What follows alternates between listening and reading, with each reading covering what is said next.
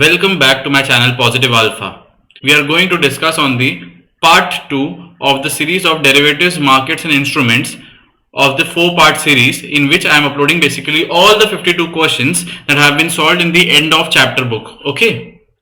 So, उसके पहले do like, share and subscribe to my channel. अब हम चलते हैं सवाल की तरफ. So, where did we leave? We left after doing 13 questions. Okay. तो आज हम 14th क्वेश्चन से चालू करने वाले हैं. 14th क्वेश्चन देखते हैं एक बार क्या है. Which of the following statements describes an aspect of margin accounts for futures? अच्छा, इसके लिए आप लोगों को मार्जिन्स का आइडिया है कि नहीं है मुझे नहीं पता, तो मैं एक बार इसे जरा स्लो चल के थोड़ा एक्सप्लेन कर देता हूं. तो क्या होता है कि लेट अस से कि आपका एक स्टॉक है which is worth how much $100. Okay.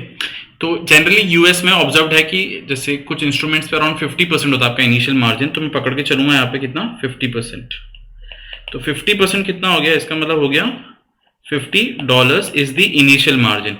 अब इनिशियल मार्जिन मतलब क्या? इनिशियल मार्जिन मीन्स कि जब आप ये स्टॉक को लेट अस से कि शॉर्ट करना चाह रहे हो या उसके ऊपर आप फ्यूचर्स बाय करना चाह रहे हो, तो बेसिकली आप पूरा पैसा नहीं भरते हो, आप सिर्फ एक इनिशियल अमाउंट ऑफ मनी भरते हो. करेक्ट. तो जो रेस्ट ऑफ द मनी है, इसका जो बाकी का $50 है, वो एक तरह से एक फंडिंग होती है जो आपको एक ब्रोकरेज हाउस प्रोवाइड कर रहा है. ठीक है. तो क्योंकि वो ब्रोकरेज हाउस आपको वो फंडिंग प्रोवाइड कर रहा है, तो क्या होता है कि उस ब्रोकरेज हाउस को एक पर्टिकुलर सेफ्टी चाहिए. करेक्ट.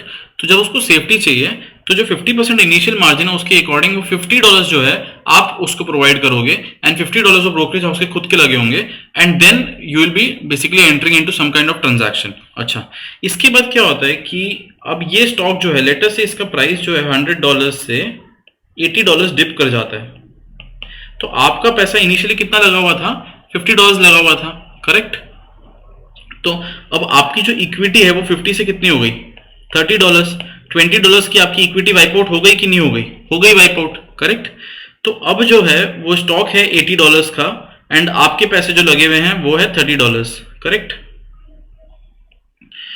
तो यहां पे क्या होता है कि आप देख रहे हैं धीरे धीरे ये जो पोजीशन है, ये एक जो ब्रोकर है, जो ऑपोजिट पार्टी है, जो आपको हेल्प कर रही है इस ट्रांजैक्शन में, उसके लिए ये रिस्की होता जा रहा है. क्यों? क्योंकि $50 किसका लगा हुआ है? वो ब्रोकरेज हाउस का खुद का लगा हुआ है. करेक्ट. तो कल को स्टॉक और ज्यादा क्रैश हो जाता है, तो उस केस में लॉस कौन सफर करेगा? अगर आप अपने पेमेंट पे डिफॉल्ट कर जाएंगे तो ब्रोकरेज हाउस सफर करेगा. तो इस केस में वो क्या करेगा कि वो एक इनिशियल मार्जिन रखता है जो कि नॉर्मली 60 to 70% एक मेंटेनेंस मार्जिन रखता है, सॉरी, जो कि नॉर्मली अराउंड 60 to 70% होता है किसका? इनिशियल मार्जिन का. तो लेट अस से यहाँ पे 60% ऑफ द इनिशियल मार्जिन क्या होगा? Basically 60% of $50. तो 60% ऑफ $50 यहाँ पे क्या होगा? 60% ऑफ $50 यहाँ पे होगा $30. करेक्ट. $30 होगा.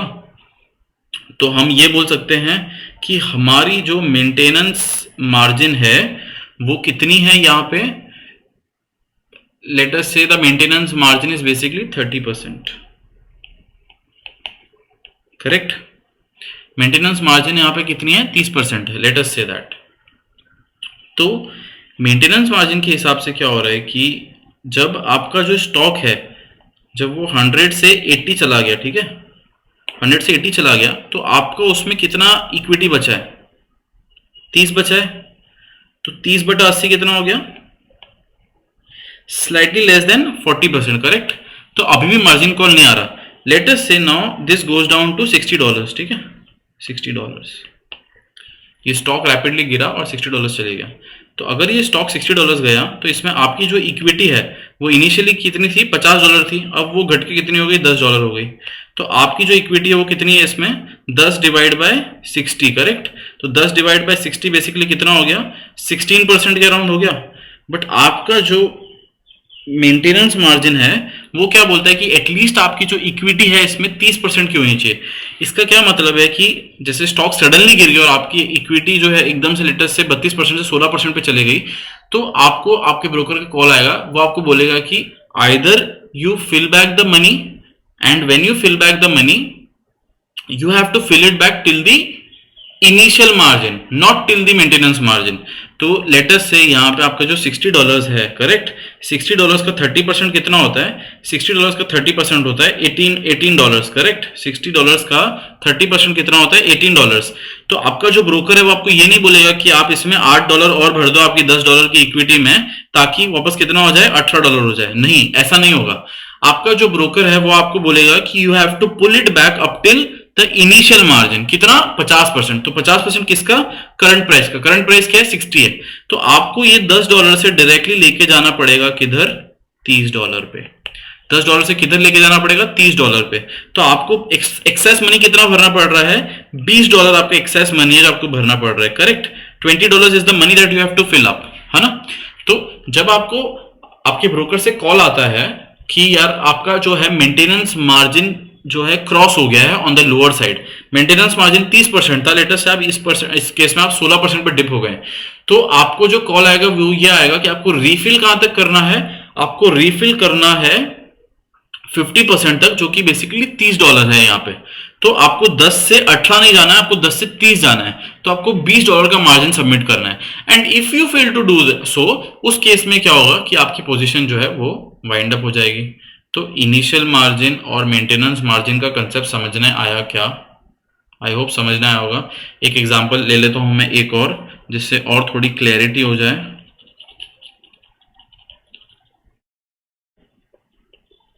ये 100 का था, इसमें जो है 50 हमारे लगे हुए हैं, करेक्ट। हमारे 50 क्यों लगे हैं? Because that is the initial margin. Okay, now when the stock goes down to 70, when the stock goes down to 70, what will happen is $30 से स्टॉक डिक्रीज हुआ है, तो आपकी जो इक्विटी वो भी $30 से नीचे गई है, तो आपकी इक्विटी कितनी हो जाएगी? $20 हो जाएगी, करेक्ट। तो 20/70 कितना होता है? 20 is your equity, 70 is the value of the stock. 20/70 जो है, एक सेकेंड हम इसे कैलसी में ढूंढते हैं, 20/70 ये होता है 28.5%, ठीक है। तो यहाँ पे आपकी जो मेंटेनेंस मार्जिन थी स्टार्ट में, आपकी जो मेंटेनेंस मार्जिन थी वो कितनी थी? 30%। यहाँ पे स्टॉक कितने का हो गया? $20 का, जो कि कितनी इक्विटी कितनी है अब? 28.5%। तो आपको ब्रोकर का कॉल आएगा कि प्लीज आप मार्जिन भरिए, अदरवाइज मैं आपकी पोजीशन जो है वो यहीं पे क्लोज कर दूंगा, basically like you will be thrown out of the position because of lack of margin. तो इस केस में आपको जब रीफिल करना है तो आप कहां तक रीफिल करोगे? आप $1 से रीफिल करोगे सो दैट वो $21 पे आए, सो दैट आपका जो मार्जिन है वो बस 30% हो जाए, कि आप इतने से रीफिल करोगे जिससे आपका जो डॉलर वैल्यू है वो $35 हो जाए, सो दैट आप बैक टू इनिशियल मार्जिन आ जाओ विच इज 50%। आप कितने से रीफिल करोगे? ये सेकंड वाला ऑप्शन। सेकंड वाले ऑप्शन में कितना रीफिल करना पड़ेगा आपको? $15 से रीफिल करना पड़ेगा, करेक्ट। तो $15 आपको जमा करने पड़ेंगे, जिससे आपकी जो इक्विटी में जो पोजीशन है वापस $35 पे आएगी, which is 50% of the that current stock value, ठीक है। तो whenever the margin is breached on the lower side, that is whenever the maintenance margin is breached, you have to go back up to what? Not to the maintenance margin, you have to go back up to the initial margin. Okay, I hope this is clear by now. Why not up to the maintenance margin? कितनी बार आपको call आएगा, कितनी बार आप wind up करोगे, wind out करोगे, यही चलता रहेगा ना। तो ये नहीं कर सकते, तो आपको वाइंड अप करना है कहां पे? इनिशियल मार्जिन की तरफ, ठीक है। आई होप यहां पे क्लियर होगा। एक बार आप सवाल देख लेते हैं। The maintenance margin is always less than the initial margin. Maintenance margin तो इनिशियल मार्जिन से जो है वो कम ही होता है। The initial margin is required is typically at least 10% of the futures. At least 10% of the futures price. The initial margin. I think ये बहुत ही कम है, मेरे को ऐसा लग रहा है। एक बार देखता हूं मैं। See, a margin call requires a deposit sufficient to raise the account balance to the maintenance margin, correct। क्या बोल रहा है कि जब आपको मार्जिन कॉल आता है ब्रोकरेज हाउस से, तो वो आपको क्या बोलता है कि यार fill it back to where? To the maintenance margin कि to the initial margin? To the initial margin. यहाँ पे क्या लिखा है? Account balance to the maintenance margin. तो ये क्या है? रॉन्ग है, ठीक है, this is wrong. B option एक बार मुझे देखना पड़ेगा। The initial margin required is typically at least 10% of the futures price. यहाँ पे मुझे डाउट है, यहाँ पे बोला है कि it is at most 10% of the futures price. I don't sufficiently agree with this statement. I don't know whether it is author specific. मुझे एक बार टेक्स्ट में चेक करना पड़ेगा, बट आई थिंक कि जैसे मार्जिन के जो सम्स भी दिए हैं आपके बुक्स में, उसमें उन्होंने अज्यूम किया इनिशियल मार्जिन करीब करीब 40% या 30%, इतना ही जनरली होता है मार्केट्स में भी जो मैंने ऑब्जर्व किया है 20%। ये at most 10% of the futures price जो है, ये कुछ बात मेरे समझने नहीं आई, ठीक है। इसको हम डाउट सेक्शन में छोड़ देते हैं, बट सी ऑप्शन रॉन्ग है, ए ऑप्शन करेक्ट है, इतनी तो बात समझने आ रही। Maintenance margin is always less than the initial margin, ये राइट है। बी में डाउट है कि नहीं है, उससे फर्क नहीं पड़ता, ए ऑलरेडी राइट है। सी क्या बोल रहा है कि margin call requires a deposit sufficient to raise the account balance to the maintenance margin, not to the maintenance margin, to the initial margin, ठीक है। 15th वाला देखें, which of the following factors is shared by forwards and futures contracts. पहले remember करो forwards और future contract के क्या characteristics थे। फॉरवर्ड्स जो होता है वो होता है आपका over the counter traded, future जो होता है वो होता है एक्सचेंज ट्रेडेड, फ्यूचर जो होता है वो होता है आपका स्टैंडर्डाइज्ड होता है, वो रेगुलेटेड होता है, ठीक है। उसमें क्रेडिट का जो लॉस का रिस्क है वो नहीं होता है, बिकॉज बीच में सेंट्रल जो क्लियरिंग हाउस होता है। फॉरवर्ड्स में आपको डिफॉल्ट का रिस्क होता है, एटलीस्ट थ्योरेटिकली। 2008 के बाद वहां भी सेंट्रल क्लियरिंग पार्टी आ चुकी है। अब देखते हैं इसमें क्या है। टाइमिंग ऑफ प्रॉफिट्स, नहीं, timing of profits is not shared. Why is it not shared, कोई बता सकता है इसके बारे में?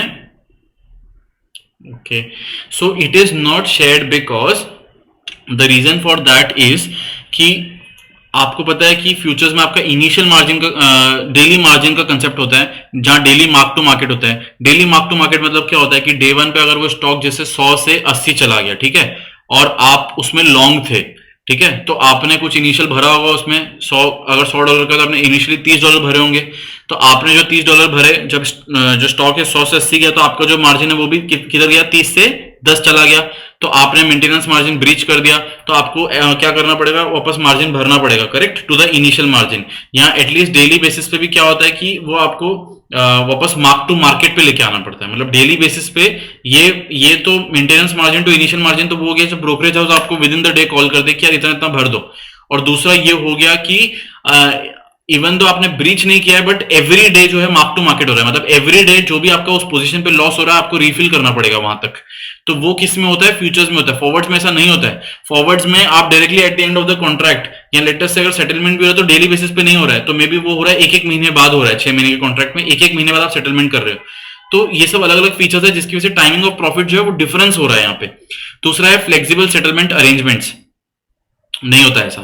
फ्यूचर्स में हो सकता है। फ्यूचर्स में क्यों हो सकता है मैं आपको बताता हूं, क्योंकि फ्यूचर्स में फिर भी आपको लिक्विडिटी वगैरह है, तो आप एक्सचेंज से डिसाइड करके, जो सेंट्रल पार्टी है उससे डिसाइड करके आइदर कैश में कर सकते हैं, डिलीवरी में कर सकते हैं। बट फॉरवर्ड्स में क्या होता है, वो कस्टमाइज्ड कॉन्ट्रैक्ट्स होते हैं, ठीक है। एक बार जब वो कॉन्ट्रैक्ट में आप घुस चुके हो तो उस समय आप बता देते हो कि आप एंड में उसको बाय कैश डिलीवर कर रहे हो कि आप बाय प्रोडक्ट डिलीवर कर रहे हो बेसिकली, ठीक है। तो ये आप बीच में नहीं चेंज कर सकते हो।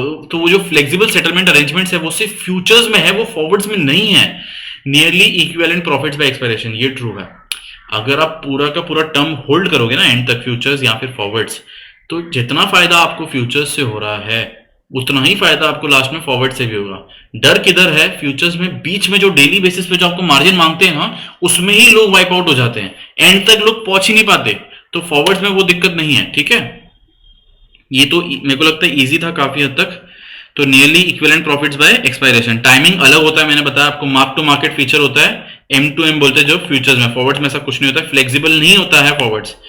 विच of the following derivatives is classified as a contingent claim. मैं ये वाला जो है मैंने ऑप्शंस का एग्जांपल लेके समझाया था, यहाँ पे देखते हैं।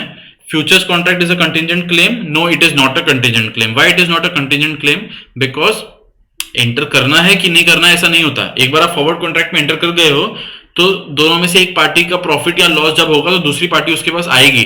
तो it is not contingent, it does not depend on future में क्या होगा, ठीक है। The contract is in action and it will take place. दूसरा है इंटरेस्ट रेट स्वॉप्स। तीसरा है क्रेडिट डिफॉल्ट स्वॉप्स।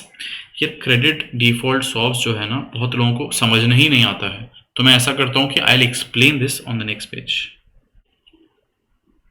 सिंपल सा डायग्राम है क्रेडिट डिफॉल्ट स्वॉप्स का और इंटरेस्ट रेट स्वॉप्स का, हम एक बार देख लेते हैं। क्रेडिट डिफॉल्ट स्वॉप क्या बोलता है, लेट अस से कि you are a party X Y Z, ठीक है। तो यहां पे एक दूसरी पार्टी है ए बी सी। अच्छा, ये जो दूसरी पार्टी है इसका कुछ डेट होगा, इसका एक खुद का कुछ डेट होगा, करेक्ट। तो वो डेट जो है आपने उसका वो जो डेट है उसको हेल्प किया रेस करने में। तो बेसिकली यहाँ पे आपके पास बॉन्ड्स है। ये कौन से बॉन्ड्स है? ये इस एबीसी कंपनी के बॉन्ड्स हैं। तो ये बॉन्ड्स के हिसाब से लेटेस्ट से आपको 5% रेट ऑफ इंटरेस्ट जो है एनुअली मिल रहा है। कौन दे रहा है आपको? ये एबीसी पार्टी जो है ये आपको 5% दे रही है। ये आपको 5% क्यों दे रही है, बताओ मेरे को। ये आपको 5% इसलिए दे रही है क्योंकि आपने इसके बॉन्ड्स जो है वो बाय किए, मतलब आपने इसको डेट की फंडिंग दी है। तो फंडिंग की वजह उसका जो रेट ऑफ इंटरेस्ट है वो कितना है? 5% है। अच्छा, अब क्या हो गया ना कि मार्केट्स में जो है हालत थोड़ी खराब हो गई है एंड आपको डर लग रहा है फ्यूचर में कि यार ये डिफॉल्ट कर सकता है क्या एबीसी। मतलब एबीसी अगर डिफॉल्ट कर जाता है अपने डेट पे, इसका मतलब क्या है कि वो आपको उसके पैसे नहीं लौटाएगा। करेक्ट, इंटरेस्ट और प्रिंसिपल पेमेंट्स आपको वो नहीं लौटाएगा, है ना। तो आप क्या करते हो, आप जो है यहां पे जाओगे, किसके पास आप जाओगे, लेटर से एक इंश्योरेंस पार्टी के पास जो कि 2008 में थी, एआईजी इंश्योरेंस पार्टी। ठीक है, आप एआईजी इंश्योरेंस पार्टी को क्या बोलोगे कि AIG insurance party listen to me, मैं ऐसा करूंगा कि मैं आपको हर साल जो है 1% जो है आपको मैं इसमें से जो 5% है उसमें से 1% जो मेरे को मिल रहा है वो मैं आपको दूंगा हर साल। ठीक है, ये जो XYZ पार्टी वो एआईजी के पास गई, उसने बोला कि 1% ऑफ माई टोटल जो कूपन पेमेंट मेरे को मिल रहा है वो मैं आपको दे दूंगा। बट उसके बदले if ever ABC defaults, ABC default का क्या मतलब है? एबीसी अपने प्रिंसिपल पेमेंट पे डिफॉल्ट कर जाता है, प्रिंसिपल प्लस इंटरेस्ट पेमेंट पे डिफॉल्ट कर जाता है, तो उस केस में XYZ एबीसी के पास जाएगा और बोलेगा कि एआईजी के पास जाएगा, एआईजी के पास जाएगा और बोलेगा कि ABC has defaulted, so I had bought the insurance from you wherein I was paying you 1% every year annually as a form of insurance premium, जिसके बदले अगर ABC डिफॉल्ट कर जाता है तो AIG को उसकी पूरी की पूरी भरपाई करनी पड़ेगी। ठीक है, डिफॉल्ट नहीं करता है तो जो AIG ने जो प्रीमियम खा लिया, जो XYZ उसको हर साल बेच रहा है 1-1% का, वो पूरा किसका हो जाता है? वो हो जाता है AIG का, जो कि वो अपने पास रख लेगा। बट इन केस अगर डिफॉल्ट होता है तो AIG is liable to make all the payments to XYZ on the behalf of ABC, not on the behalf of ABC, but because XYZ ने उससे वो इंश्योरेंस कवर लिया था, इसके लिए इट इज लायबल। इसको हम क्या बोलते हैं? इसको बहुत ही सिंपल सा नाम है इसका, क्रेडिट डिफॉल्ट स्वैप्स। ठीक है, क्रेडिट डिफॉल्ट स्वैप्स। ये 2008 में हो चुका है, जहां पे AIG वो पार्टी थी जो सबको प्रोटेक्शन सेल करी थी। प्रोटेक्शन सेल करी थी एज इन ये जो XYZ है इसने AIG से क्या किया? प्रोटेक्शन बाय किया ना, कि कल को कुछ हो गया तो तुम मुझे प्रोटेक्ट करोगे, उसके बदले मैं तुम्हें एक प्रीमियम दे रहा हूं। तो AIG ने, XYZ ने तो AIG से प्रोटेक्शन बाय किया। तो AIG क्या है यहाँ पे? AIG हमारा प्रोटेक्शन सेलर है। तो 2008 में क्या हुआ था कि जो प्रोटेक्शन सेलर AIG है वो ही डिफॉल्ट कर गया था and ultimately the bank had to bail them out basically. ठीक है, ओके, अंडरस्टूड। अच्छा, दूसरा आपका था इंटरेस्ट रेट स्वॉप्स। ओके, एक बार इंटरेस्ट रेट स्वॉप्स भी देख लेते हैं हम लोग। इंटरेस्ट रेट स्वॉप्स क्या बोलते हैं कि बेसिकली यहाँ पे दो पार्टी, ठीक है, पार्टी ए और पार्टी बी। मैं थोड़ा सा बैकग्राउंड देते जाता हूँ हर जगह, जिसकी वजह से वीडियो लेंथी हो जाता है, बट हमें कॉन्सेप्ट समझना चाहिए। ठीक है, ये जो पार्टी ए है, लेटर से इसने ना यहाँ से डेट बोरो किया, ठीक है, और उसने डेट बोरो किया किस पे? At a fixed rate of interest which is 7%। तो उसको हर महीना जो है वो डेट पे 7% इंटरेस्ट पे करना पड़ रहा है। किसको? पार्टी ए को। पार्टी ए को क्या डर लग रहा है कि लेटर से ये जो उनका डेट है ये 10 ईयर्स का डेट है। ये कितने का डेट है? 10 ईयर्स का डेट है। ओके, पार्टी ए को ये डर लग रहा है कि ये जो 10 साल का डेट है ना, अभी इंटरेस्ट रेट आगे जाके लेटर से कम होने वाले हैं।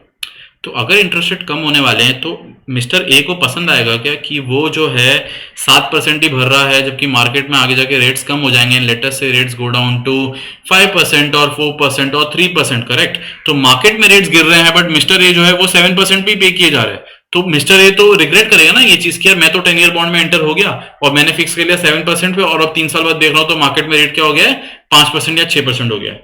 तो मार्केट ए क्या करेगा? ए जो है वो लेटर से एक पार्टी बी के पास जाएगा और वो पार्टी बी को क्या बोलेगा कि आप मुझे फिक्स्ड रेट ऑफ इंटरेस्ट देंगे। आप मुझे क्या करेंगे? फिक्स्ड रेट ऑफ इंटरेस्ट देंगे। तो वो जो फिक्स्ड रेट ऑफ इंटरेस्ट है लेटर से वो 6% है, और पार्टी ए जो है वो बी को क्या देगी? वो बी को लेटर से यहाँ पे लिबर देगा, लिबर -1%, ठीक है, लिबर -1%। ये क्लियर है यहाँ तक? ठीक है।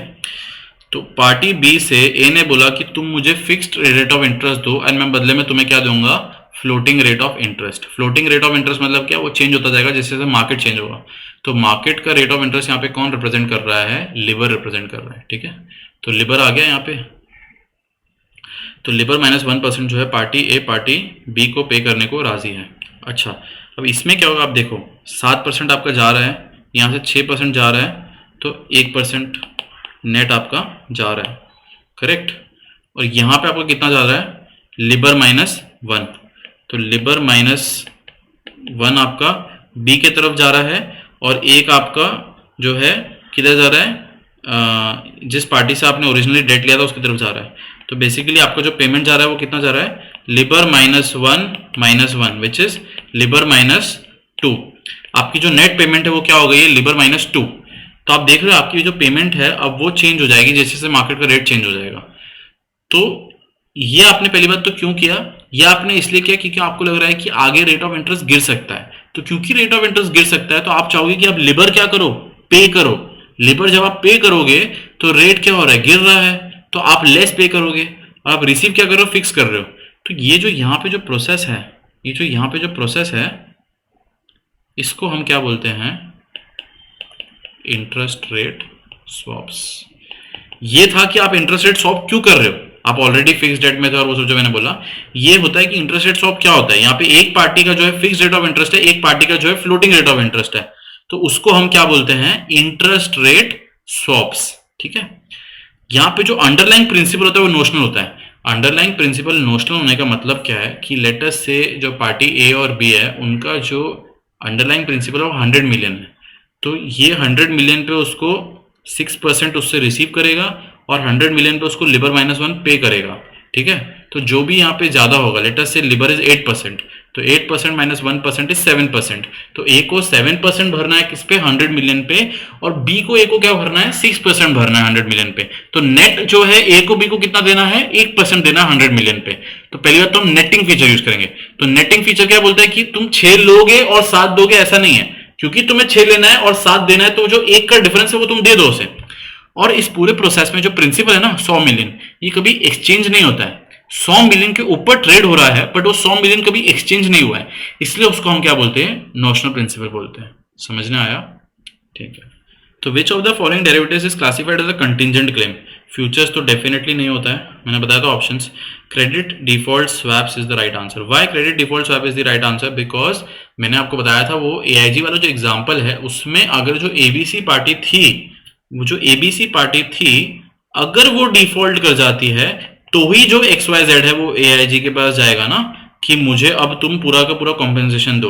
बट अगर वो डिफॉल्ट नहीं करती है तो XYZ ने जो प्रीमियम दिया एआईजी को वो रख लेगा और वो कॉन्ट्रैक्ट एक्सपायर कर जाएगा। तो it is contingent because it depends on whether the party defaults, ठीक है, weather the other party defaults, तभी आप जाओगे आपके क्रेडिट प्रोटेक्शन बायर के पास। तो credit default swaps is the right answer. In contrast to contingent claims, 17th question कर रहा हूं मैं, forward commitments provide the right to buy or sell the underlying asset in the future. B, an obligation to buy or sell the underlying asset in the future. C, a promise to provide credit protection in the event of default. ये promise to provide credit protection in the event of default कौन सा है, ये अपना CDS है, credit default swap, जो अभी थोड़ी देर पहले समझाया, करेक्ट, कि कुछ क्रेडिट इवेंट हुआ तो उस केस में आप प्रोटेक्शन लेने जाओगे एआईजी के पास। बी क्या है, ऑब्लिगेशन टू बाय और सेल। ऑब्लिगेशन होता है क्या फ्यूचर या फॉरवर्ड में, नहीं, वो तो ऑप्शंस में होता है। 17th A, right to buy or sell the underlying asset in the future, ठीक है। 18th क्वेश्चन देख रहे हैं, which of the following derivatives provides payoffs that are non-linearly related to the payoffs of the underlying.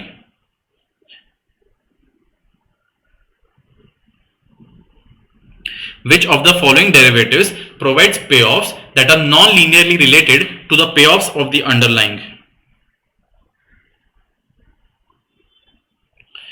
इसका answer बहुत ज्यादा simple है, इसका आंसर है ऑप्शंस। क्वेश्चन क्या था वापस देखो एक बार, क्वेश्चन क्या था, नॉन लीनियर पे ऑफ्स। ये जो नॉन लीनियर पे ऑफ्स है ये मैंने डिटेल में 2 वीडियोस में, एक बार कॉल ऑप्शन एक बार पुट ऑप्शन के लिए पूरा कवर किया है, तो आप उसमें जाके देख सकते हैं, आपको बहुत अच्छे से मैंने एक्सप्लेन किया, समझ में आ जाएगा। ठीक है। 19th वाला, N interest rate swap is a derivative contract in which A two parties agree to exchange a series of cash flows. B, the credit seller provides the protection to the credit buyer. C, the buyer has a right to purchase the underlying from the seller. B option कौन सा है? ये again वो CDS की बात कर रहा है। सीडीएस में होता है ना वो, the credit seller provides the protection to the credit buyer, CDS में। और ये right to purchase the underlying from the seller कौन सा है? ये ऑप्शंस में है। ठीक है, तो ऑप्शंस और सीडीएस इंटरेस्ट रेट स्वैप थोड़ी है। कौन सा है answer? Two parties agree to exchange a series of cash flows. कैसे? जब ए और बी स्वैप में एंटर करते हैं ना, जो मैंने बताया था कि वो इसको 6% दे रहा है, वो इसको लिबर -1 दे रहा है बेसिकली, तो ये जो 6% और जो लिबर -1 है, ये लेटर से एवरी 6 मंथ्स में जो इंटरेस्ट पेमेंट का जो डिफरेंशियल है वो ये दोनों ए और बी आपस में देंगे एक दूसरे को फॉर नेक्स्ट 5 ईयर्स। तो कैसे हो जाएगा कि 5 साल तक हर 6 महीने बाद, 1 साल, 1.5 साल, 2 साल, 2.5 साल, 3 साल, ऐसे हर 6 महीने बाद आप एक्सचेंज करोगे पेमेंट्स, डिपेंडिंग अपॉन कि 6% ज्यादा है कि लिबर -1 ज्यादा है। नेटिंग का फीचर यूज करेंगे, नोशनल प्रिंसिपल होगा और फिर पेमेंट एक्सचेंज होगा। कब होगा? हर 6 महीने बाद होगा। कब तक के लिए? अगले 5 साल के लिए। तो उसको क्या बोलते हैं? Series of cash flows. ठीक है। So an interest rate swap is a derivative contract in which two parties agree to exchange a series of cash flows. ठीक है, आई होप ये समझना आया होगा।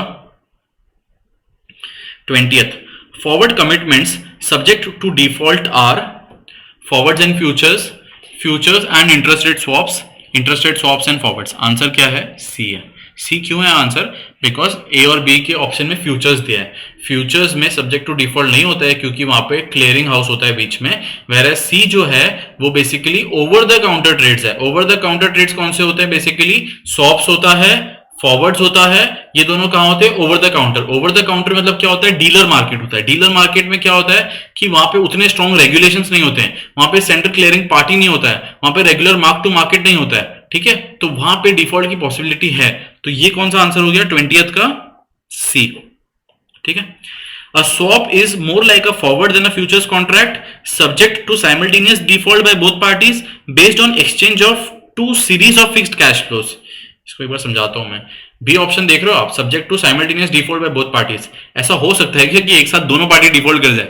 दोनों पार्टी एक दूसरे को पेमेंट पे करने से डिफॉल्ट कैसे कर सकता है? एक पार्टी को अगर पेमेंट देना होगा तो दूसरे को रिसीव करना होगा, या एक को रिसीव करना होगा तो दूसरे को पे करना होगा। ऐसा थोड़ी हो सकता है कि दोनों ही पार्टी को जो है पेमेंट देना है। तो बी ऑप्शन क्या है? रॉन्ग है। Subject to simultaneous default by both parties क्या है? रॉन्ग है। सी क्या है? Based on an exchange of two series of fixed cash flows. अरे फिक्स और फिक्स नहीं होता है इसमें कभी भी। इसमें क्या होता है? इसमें फिक्स वर्सेस फ्लोटिंग होता है, या दो अलग अलग फ्लोटिंग लेग्स होते हैं, एक इक्विटी पे होगा और एक लेटर से इन्फ्लेशन पे होगा या इंडेक्स पे होगा, वैसे होता है। ठीक है, या एक फिक्स्ड वर्सेस एक फ्लोटिंग या दो फ्लोटिंग, उस तरह से होता है। दोनों फिक्स्ड लेग नहीं होते। ठीक है, how will you enter into दोनों साइड फिक्स्ड लेग? आप पेमेंट करते रहोगे, एक जना ज्यादा एक जना कम, ऐसा थोड़ी होगा। तो इसका आंसर क्या? It is more like a forward contract than a futures. क्यों? बिकॉज दोनों कस्टमाइज्ड होते हैं, दोनों ओवर द काउंटर में ट्रेड करते हैं, दोनों जो होते हैं वो एक्सचेंज पे नहीं होते हैं। कौन से? Swaps and forwards. 22nd, a plain vanilla interest rate swap is also known as a basis swap, a fixed for floating swap and overnight index swap. इसका आंसर मैं आपको एक बार डिटेल में समझा देता हूँ। ठीक है, ये अच्छा सवाल है, इसको हम एक बार समझते हैं क्या बोल रहा है ये। वनीला स्वैप की बात कर रहा है। ठीक है, तो वनीला स्वैप जो मैंने इंटरेस्ट रेट स्वैप का जो एग्जांपल लिया था थोड़ी देर पहले, वही होता है। क्या होता है कि एक पार्टी जो है वो क्या करेगी? फिक्स पेमेंट करेगी, दूसरी पार्टी क्या करेगी? फ्लोटिंग पेमेंट करेगी। करेक्ट। एक पार्टी ने फिक्स लेटर से 7% दिया है, दूसरी पार्टी ने क्या दिया? लिबर -1। तो इसी को हम क्या बोलते हैं? Fixed for floating. एक फिक्स्ड लेग हो गया ना यहाँ पे, जो फिक्स रिसीव कर रहा है, और एक फ्लोटिंग लेग हो गया, तो इसको हम बोलते हैं fixed for floating leg, vanilla swaps. ठीक है, अब अगला वाला क्या दिया था आपको वहां पे उसने, एक बार देख लेता हूं मैं। Basis swap. बेसिस स्वैप अभी समझने आना मुश्किल है। बेसिस स्वैप में बेसिकली क्या होता है कि टी बिल्स एक चीज होती है, और यूरो डॉलर फ्यूचर्स होते हैं, ठीक है।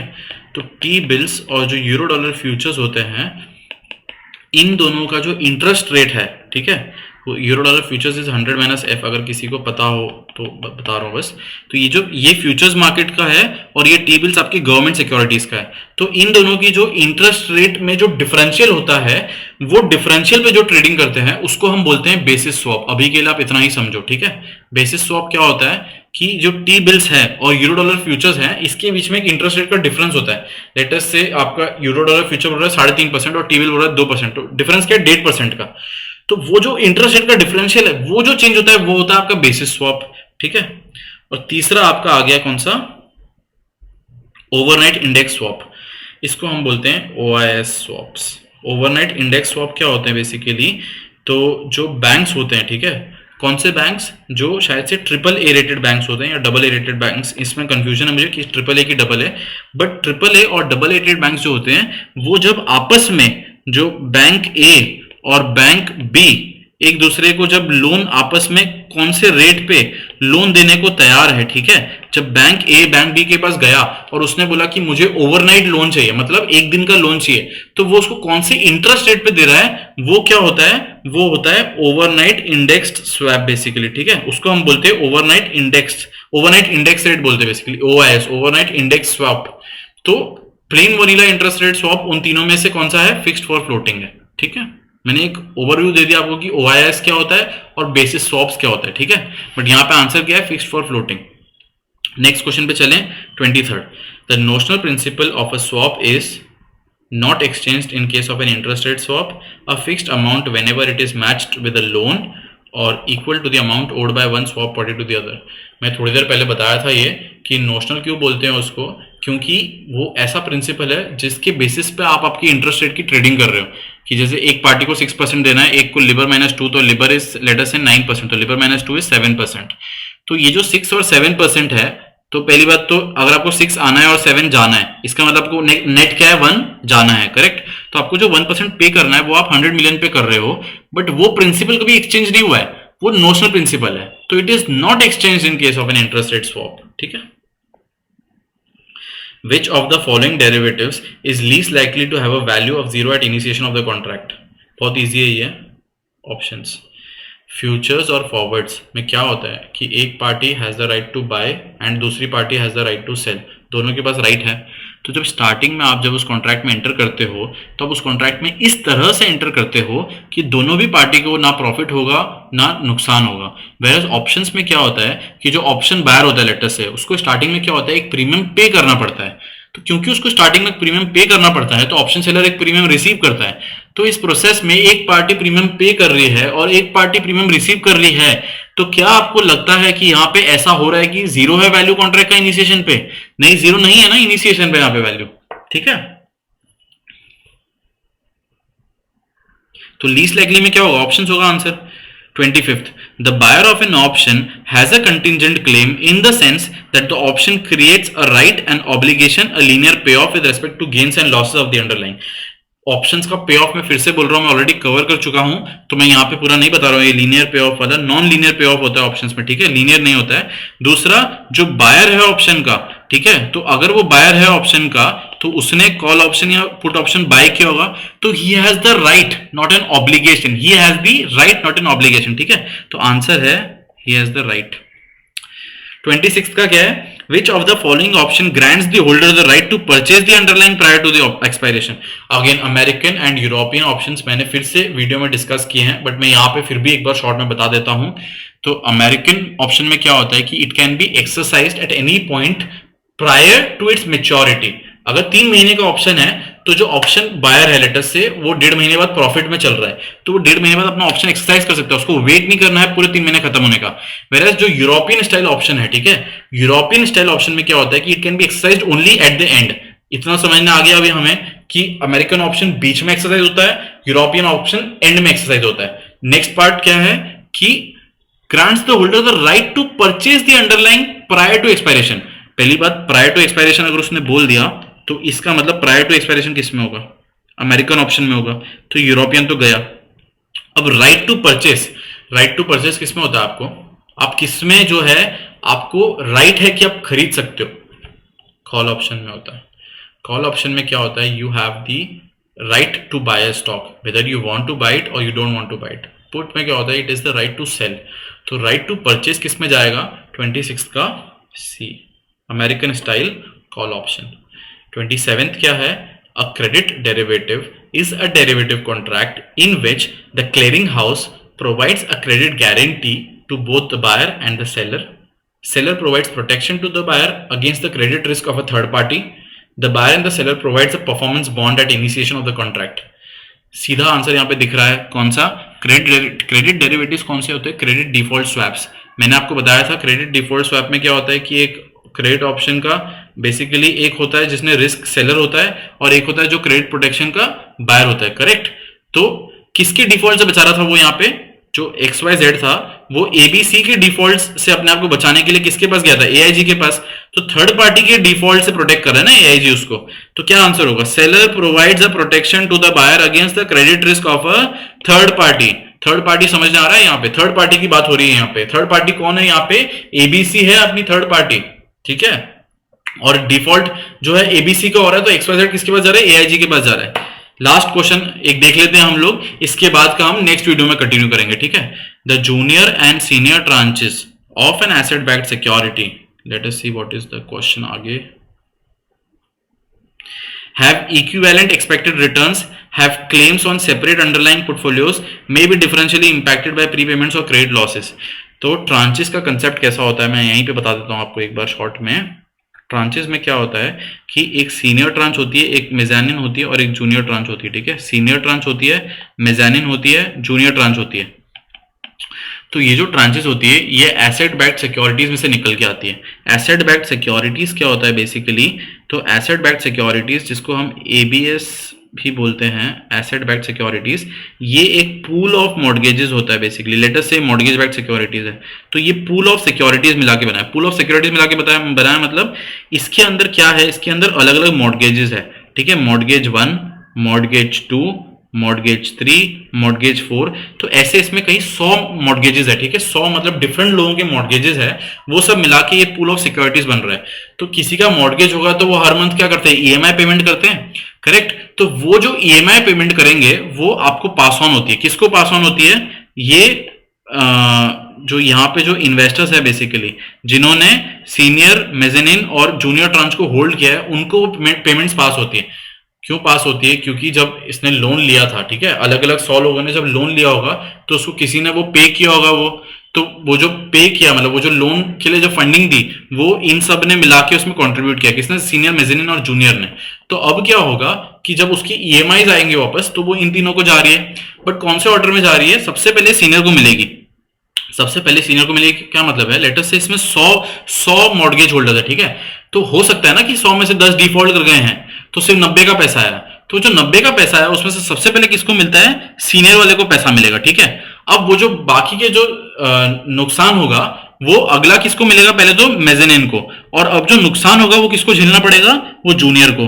तो जूनियर को यहाँ पे पैसा नहीं मिलेगा, थोड़ा सा, मतलब जितना आया उसमें से जो लेटर से जूनियर को यहाँ पे 40 मिलना चाहिए था, ठीक है। तो क्योंकि वहां से जो है सिर्फ 30 मिलियन आया, 40 नहीं आ पाया, तो जो 10 मिलियन का नुकसान है वो किसका होगा, वो आपके जूनियर ट्रांच का होगा, ठीक है। ये बात समझी आपको, ओके। तो डू दे हैव, तो यहाँ पे सीनियर कहीं ना कहीं सेफ है as compare to mezzanine, as compare to junior. तो जिसको रिस्क ज्यादा है उसको रिटर्न क्या मिलना चाहिए, एक्सपेक्टेड रिटर्न उसको क्या मिलना चाहिए, एक्चुअल नहीं बोल रहा, एक्सपेक्टेड। उसका जो एक्सपेक्टेड रिटर्न है वो ज्यादा होना चाहिए, करेक्ट, क्योंकि वो ज्यादा रिस्क ले रहा है तो उसका एक्सपेक्टेड रिटर्न हायर होना चाहिए। तो may be this will expect कि मेरा जो एक्सपेक्टेड रिटर्न है वो कितना है, 12%। वेयर एज सीनियर क्योंकि इतना सेफ खेल रहा है तो मे बी उसको सिर्फ 4% मिलेगा, ठीक है। तो इसका एक्सपेक्टेड रिटर्न क्या है, 12%। मैं ये नहीं बोल रहा हूँ कि 12 मिलेगा ही मिलेगा, बट उसका एक्सपेक्टेड। तो they have equivalent expected returns, नहीं, जो जूनियर है उसको ज्यादा कॉम्पेंसेशन चाहिए होता है as compare to mezzanine, and mezzanine को as compare to senior. They have claims on separate underlying portfolios, नहीं। मैंने आपको दिखाया कि जो पोर्टफोलियो है वो तो एक ही पोर्टफोलियो है, उसमें से जैसे जैसे डिफॉल्ट होते जा रहा है वैसे वैसे जूनियर का पैसा कटते जा रहा है, बट क्लेम तो आपका सेम पोर्टफोलियो पे है ना, ठीक है। तो सेपरेट पोर्टफोलियोज नहीं है। See may be differentially impacted by prepayments और क्रेडिट लॉसेस। प्री पेमेंट में आपको बाद में एक्सप्लेन कर दूंगा क्योंकि उसके अंदर और भी बहुत सारी चीजें एक्सप्लेन करनी होती है।